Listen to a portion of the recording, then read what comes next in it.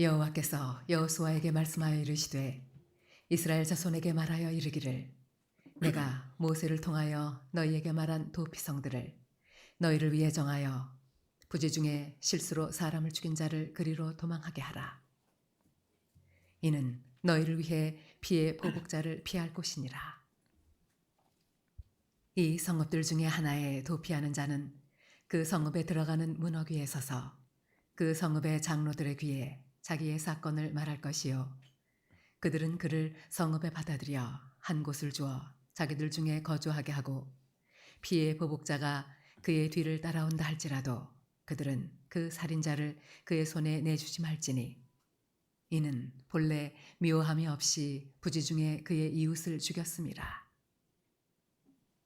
그 살인자는 회중 앞에 서서 재판을 받기까지 또는 그 당시 대제사장이 죽기까지 그 성읍에 거주하다가 그 후에 그 살인자는 그 성읍 곧 자기가 도망하여 나온 자기 성읍 자기 집으로 돌아갈지니라 하라 하시니라. 아멘. 오늘은 도피성에 관련된 말씀입니다. 이 도피성은 여호수아가 계시를 통해 받은 내용은 아닙니다. 이미 모세 때부터 계획되어 있던 것입니다. 하나님은 모세에게 너희를 위하여 도피성을 정하라 말씀하십니다.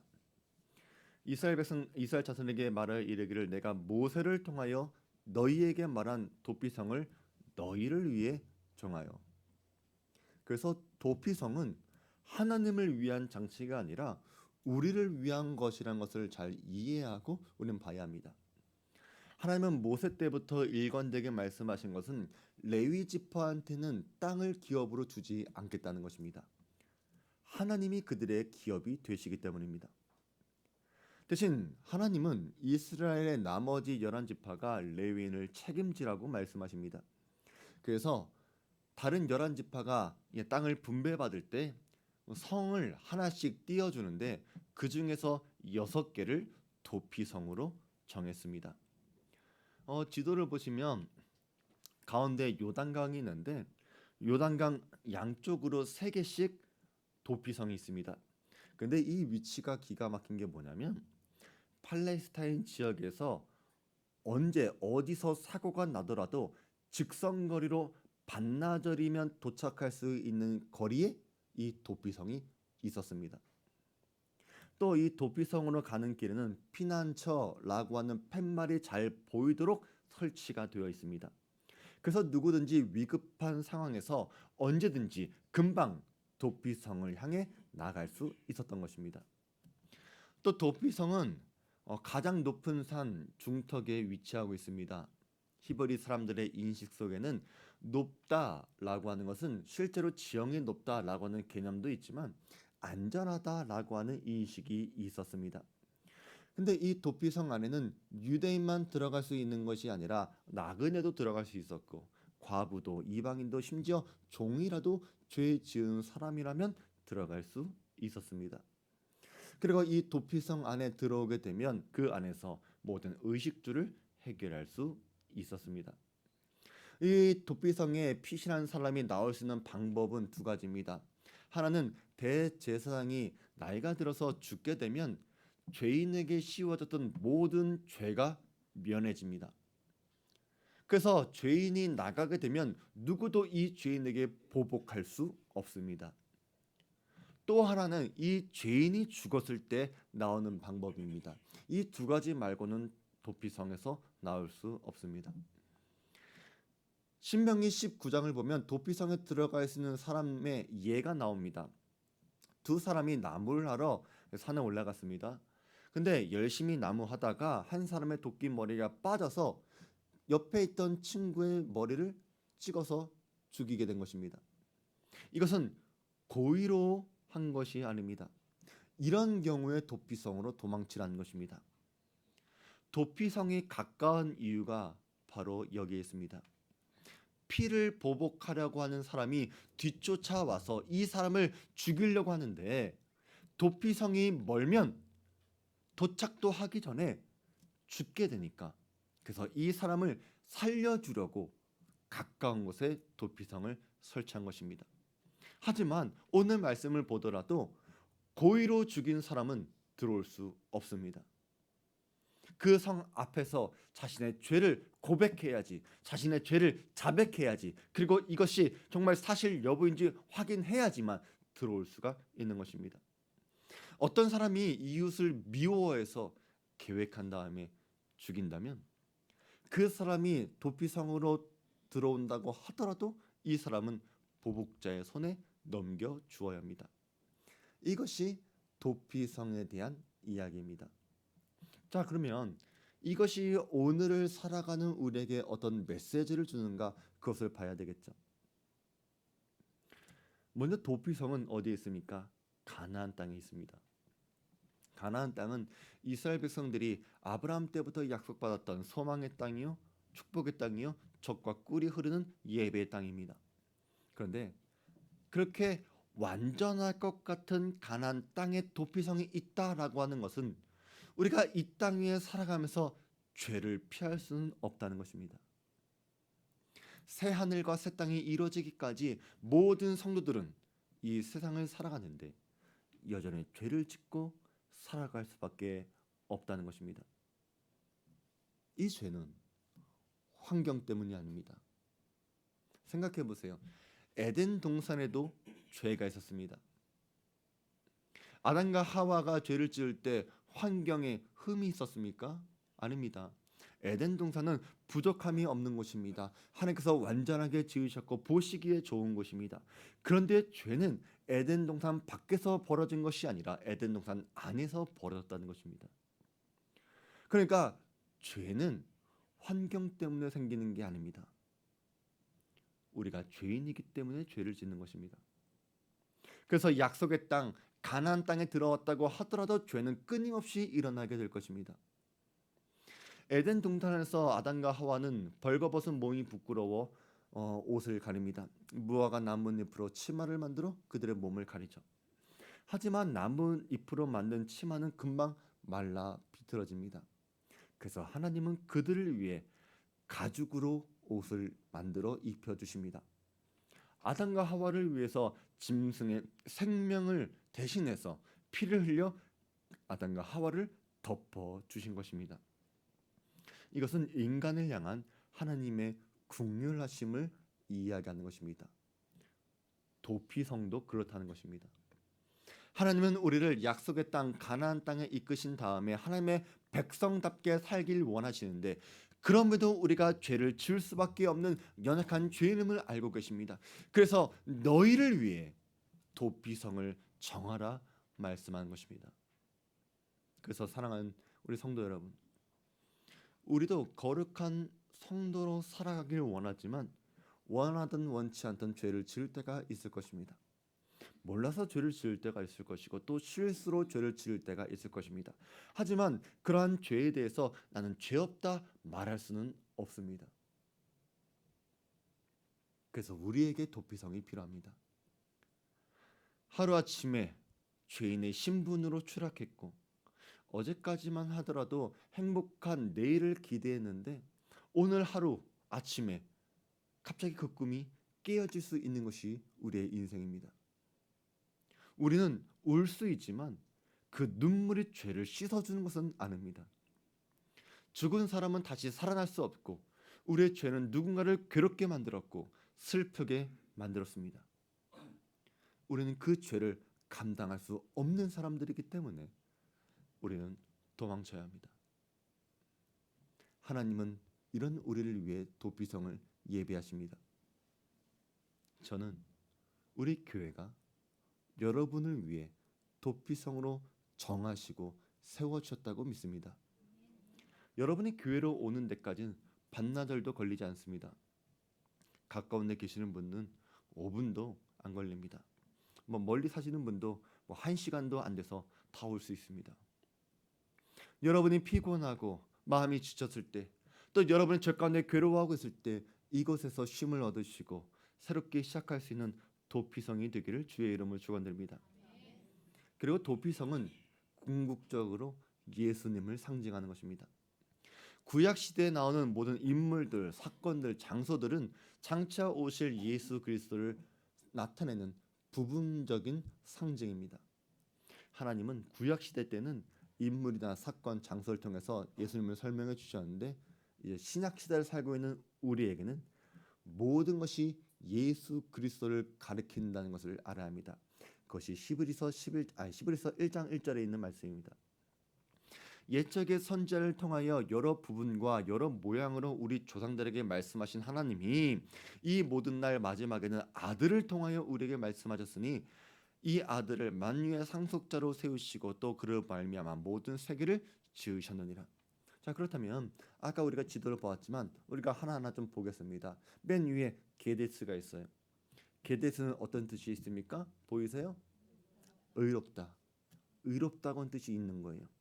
주님은 의로우신 분이십니다. 우리는 허물이 많고 부정하고 연약하지만 주님은 의로우십니다. 죄가 없으십니다. 죄인은 죄인의 죄를 용서할 수 없지만 의인이시기 때문에 주님은 우리의 죄를 용서하실 수 있습니다. 그 아래 세겜이라고 한 장소가 있는데 그 뜻이 뭐라고 이야기해요? 어깨예요. 주님은 우리의 모든 허물을 짊어질 만큼 강한 어깨를 갖고 계십니다. 성경에서 어깨는 힘을 상징하는데 성막을 옮길 때도 고아 자손이 성막을 여호와의 법궤를 어깨에 메고 운반을 했고 또 이사야 9장에 메시아를 설명할 때 그 어깨에 정사를 맨 자라고 그렇게 이야기하는데 여기서 정사를 맸다는 것은 통치하신다라고 하는 뜻입니다. 그 아래 헤브론이 있습니다. 헤브론은 교제라고 하는 뜻입니다. 주님은 우리와 교제하길 원하십니다. 죄인인 우리를 받아주시고 우리와 친밀한 관계가 되기를 원하십니다. 우리의 모든 삶을 나누고 우리와 기쁨을 나누십니다. 그것이 영생입니다. 영생은 이것이니 곧 그들이 유일하신 참 하나님인 아버지와 아버지께서 보내신 자 예수 그리스도를 아는 것이니이다. 사랑하는 성도 여러분, 주님을 더욱더 깊이 알아갈 수 있기를 원합니다. 또 주님은 여러분을 깊이 알고 계십니다. 주 안에서 친밀한 교제를 나누시기 바랍니다. 또 왼쪽 위에 보니까 바산골란이라고 하는 장소가 있어요. 이 장소의 뜻은 망명하다라고 하는 뜻이에요. 내 몸을 의탁한다, 의지한다라고 하는 뜻이죠. 내가 주님께 내 삶을 맡길 때 주님은 나의 귀한 피난처가 되시고 안식처가 되십니다. 주님께 맡겨드리는 것은 어려워 보입니다. 우리의 염려와 근심이 더 크기 때문이라고 생각하기 때문입니다. 주님이 문제보다 더 크신 분이라는 것은 우리는 알고 있지만 우리의 믿음이 약하기 때문에 전적으로 의지하지 못할 때가 있습니다. 하나님을 의지하지 않겠다는 것은 다른 것을 의지하겠다는 것입니다. 근데 예레미야 선지자는 사람을 의지하는 것과 하나님을 의지하는 것에 대해서 이렇게 이야기합니다. 여호와께서 이와 같이 말씀하시니라. 무릇 사람을 믿으며 육신으로 그의 힘을 삼고 마음이 여호와에게서 떠난 그 사람은 저주를 받을 것이라. 그는 사막의 떨기나무 같아서 좋은 일이 오는 것을 보지 못하고 광야 간주한 곳 건건한 땅 사람이 살지 않는 땅에 살리라. 그러나 무릇 여호와를 의지하며 여호와를 의뢰하는 그 사람은 복을 받을 것이니라. 그는 물가에 심어진 나무가 그 뿌리를 강변에 뻗치고 더위가 올지라도 두려워하지 아니하며 그 입이 청청하며 가무는 해에도 걱정이 없고 결실이 그치지 아니함 같으리라. 이것이 사람을 의지하는 사람들의 인생과 하나님을 의지하는 사람의 인생의 차이입니다. 오늘날 우리는 인간이 주인, 인간이 우선인, 인권이 가장 우선되는 그 시대에 살아가고 있는데 그럼에도 불구하고 우리는 사람을 의지하는 것이 아니라 세상을 의지하는 것이 아니라 돈을 의지하는 것이 아니라 환경을 의지하는 것이 아니라 하나님을 의지하면서 물가에 심은 나무의 복을 받는 인생이 되어야 합니다. 또 길르앗 라못이라는 곳이 있어요. 가장 높다라고 하는 뜻이죠. 주님은 가장 높은 영광의 보좌 위에 계신 분이십니다. 자기를 비워 자기를 낮추시고 죽기까지 복종하셨는데 하나님께서 그를 지극히 높여 모든 이름 위에 뛰어난 이름을 주었습니다. 그래서 가장 높은 곳에 계신 주님께 우리는 무릎을 꿇어야 합니다. 하늘에 있는 자들과 땅에 있는 자들과 땅 아래에 있는 자들로 모든 무릎을 예수의 이름에 꿇게 하시고 모든 입으로 예수를 주라 시인하여 하나님 아버지께 영광을 돌리게 하셨느니라. 맨 아래에 있는 베셀이라고 하는 것은 요새라고 하는 뜻입니다. 시편 기자는 요새를 견고하고 안전한 곳이라고 자주 노래합니다. 우리가 압제당할 때, 환난 당할 때 피할 수 있는 것이 하나님의 요새입니다. 우리의 죄도, 허물도, 세상의 세력도, 죽음도 우리를 건들 수 없는 것이 주님께서 우리의 요새가 되시기 때문입니다. 이렇게 장소의 이름을 통해서 우리가 주님을 볼 수 있다면 또 사람들이 도피성에서 나올 때 그것도 우리가 주님을 볼 수 있습니다. 대제사장이 죽을 때 사람이 나올 수 있다라고 하는 것은 주님께서 자신의 생명을 내어주셔서 우리에게 참 자유를 주시는 분이시다, 이것을 의미하는 것입니다. 이렇게 우리는 도피성을 통해서 우리가 예수님을 볼 수가 있는 것이죠. 그런데 우리가 여기서 적응해야 될 점이 있습니다. 높은 곳에 있는 도피성이 낮은 곳으로 임했다는 것입니다. 높은 곳에 계신 주님께서 낮은 이 땅에 임하셨습니다. 우리가 찾아가야 하는 도피성이 우리에게 내려온 것입니다. 우리는 그런 은혜와 긍휼을 받은 사람입니다. 그렇기 때문에 신약의 도피성은 우리가 그런 사람이 되라는 것입니다. 주님께서 우리를 찾아와 주신 것처럼 우리도 누군가에게 도피성이 되어야 합니다. 내가 너희를 살리고 보호해 준 것처럼 너희도 그렇게 살라는 것입니다. 예수님께서 성육신으로 인간이 되신 것처럼 우리도 누군가의 눈물겨운 고난의 삶을 현장 속으로 다가가야 합니다.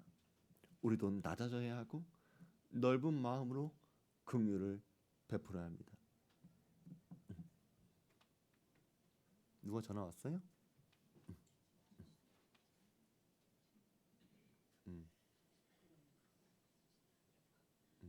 전화 왔으면 전화 받으세요. 괜찮아요.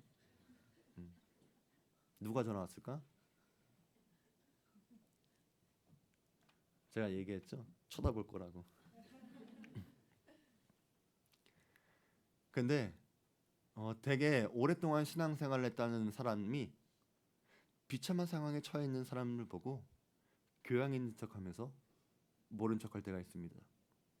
신문, 뉴스들을 보면서 끔찍한 사건 사고를 볼 때 저것도 인간이라고 그렇게 생각하면서 혀를 찌릿하는데 마치 나는 안 그런 것처럼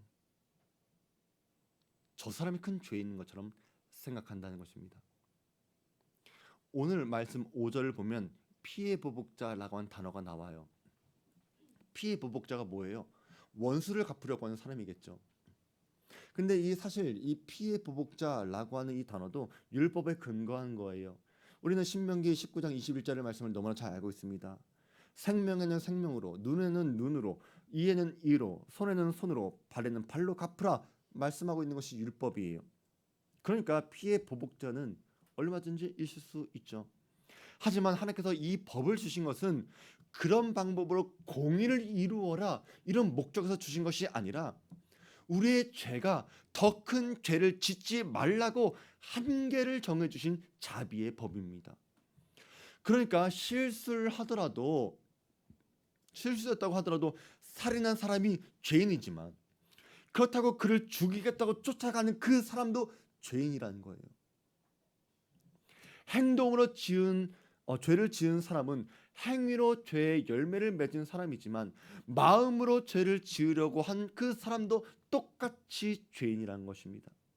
아직 결과로서 죄의 열매를 맺은 것은 아니지만 하나님은 우리가 너도 똑같은 죄인이다 말씀하십니다. 그렇기 때문에 우리는 죄인을 향해 삿대질하는 것이 아니라 비난하고 조롱하는 것이 아니라 그것이 나의 모습일 수 있겠구나 돌아보라는 것입니다. 나도 하나님의 긍휼과 예수님의 생명으로 거듭나지 않았더라면 나도 저 죄인과 똑같은 사람입니다. 그저 차이가 있다면 누가 먼저 도피성 안에 들어왔느냐, 그 차이입니다. 같이 도피성 안에서 살아가야 하는 그 죄인들이 내가 먼저 성 안에 들어왔다고 해서 나중에 성 안에 들어온 사람을 쫓아낼 수도 없는 것이고 비난할 수도 없는 것입니다. 그런 사람들에게 내가 정답이라고 말해서도 안 됩니다. 오늘날 한국 교회가 위기라고 말합니다. 위기의 원인들은 참 많겠죠. 하지만 그 중에 하나가 있다면 교회가 도피성의 의미를 잊어버렸기 때문이라고 생각합니다. 도피성이 세워진 이유, 그것은 우리를 위해서, 죄인을 위해서 구하려고 세워진 것이 도피성입니다. 죽을 수밖에 없는 죄인, 멸망당할 수밖에 없는 죄인, 의도하지 않았고 어쩔 수 없는 선택이라고 하더라도 죄를 지을 수밖에 없는 그 우리를 하나님께서 구원해 주시려고 이 땅 위에 교회를 세우셨습니다. 그러면 이 도피성 안에 살고 있는 우리는 사랑하면서 살아가야 합니다. 도피성의 주인 되신 주님은 우리에게 말씀하십니다. 새 계명을 주노니 서로 사랑하라. 내가 너희를 사랑한 것 같이 너희도 서로 사랑하라. 너희가 서로 사랑하면 이로써 모든 사람이 너희가 내 제자인 줄 알리라. 새 계명, 이것은요 도피성에 들어온 사람들이 지켜야 할 새 계명을 이야기하는 것입니다.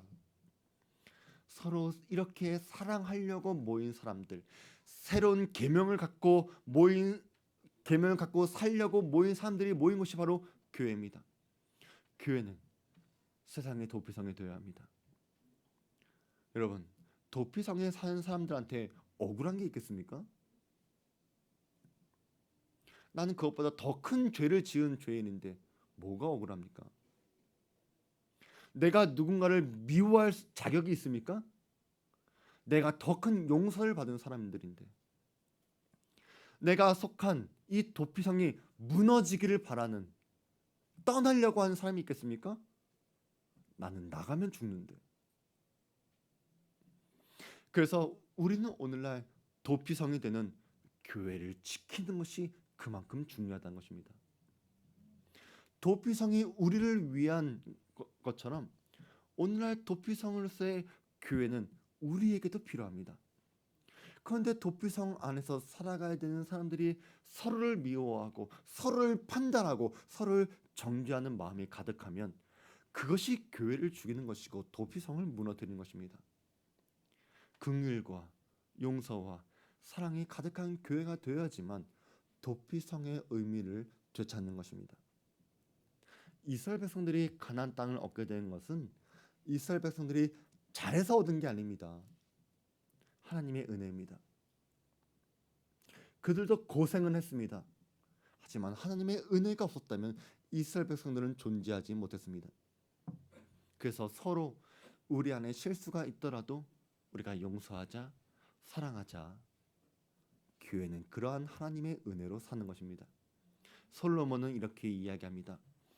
지나치게 의인이 되지도 말며 지나치게 지혜자도 되지 말라. 어찌하여 스스로 패망하게 하겠느냐. 이 말씀은 교만하지 말라는 것입니다. 잘난 척하지 말라는 것입니다.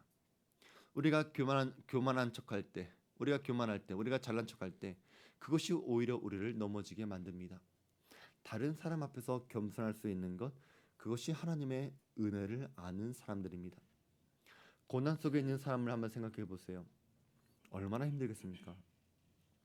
지금 막 도피성 안에 들어온 사람을 생각해 보세요. 살았다라고 하는 안도감이 들겠죠. 하지만 그 전에 죄책감이 더 큰 것입니다. 나 때문에 누군가 피해를 입었고 나 때문에 누군가가 죽었다면 그것이 의도되지 않았다고 하더라도 내 안에 선한 양심이 나를 찌르고 있습니다. 그때 여러분들이 정답을 이야기해 준다고 해서 저 사람이 위로받는 것이 아닙니다. 우리는 그들의 마음을 공감해 줘야 합니다. 맞아. 나도 너처럼 힘들었어. 나도 너처럼 괴로웠고 나도 너처럼 무서웠어. 나도 너처럼 슬펐고 나도 너처럼 외로웠어. 오늘날 기도가 안 나오는 사람들한테 그럼에도 불구하고 더더욱 기도해야 돼. 그렇게 말하는 것이 아니라 그래 너무 힘들면 기도도 안 나오더라. 그래서 내가 널 위해 기도해 줄게. 그렇게 이야기할 수 있어야겠죠. 도피성에 있는 사람들은 그렇게 살아가야 합니다. 우리가 도피성을 향해 가는 사람이라면 참 눈물 날 것 같습니다. 이제부터 내가 살아야 되는 곳이 도피성이에요. 나는 더 이상 내가 살던 곳에 되돌아갈 수 없습니다. 가족들이 있고 형제들이 있고 사랑하는 누군가가 있어도 나는 도피성으로 가고 있다면 나는 더 이상 그곳을 갈 수 없는 사람이 되는 거예요. 하지만 내가 살려면 도피성 안에 들어가야 합니다. 가는 길이 메마르고 바람 불더라도 우리는 도피성 안에 들어가야 합니다. 하지만 그곳에 들어가면 안전합니다. 우리 성도들은 주님을 그렇게 찾아야 되고 그렇게 머물러 있어야 합니다. 이제부터 내가 주님을 찾겠습니다. 내가 모든 것을 드리더라도 나의 피난처요 나의 요새 되시는 주님께 달려가겠습니다. 나를 받아주시옵소서. 내가 주님 안에 거하겠습니다. 그렇게 살아야겠죠. 그리고 이제는 도피성에서 어떻게 살아가야 되는지를 배우시기 바랍니다. 주님은 우리에게 새 계명을 주십니다. 서로 사랑하라.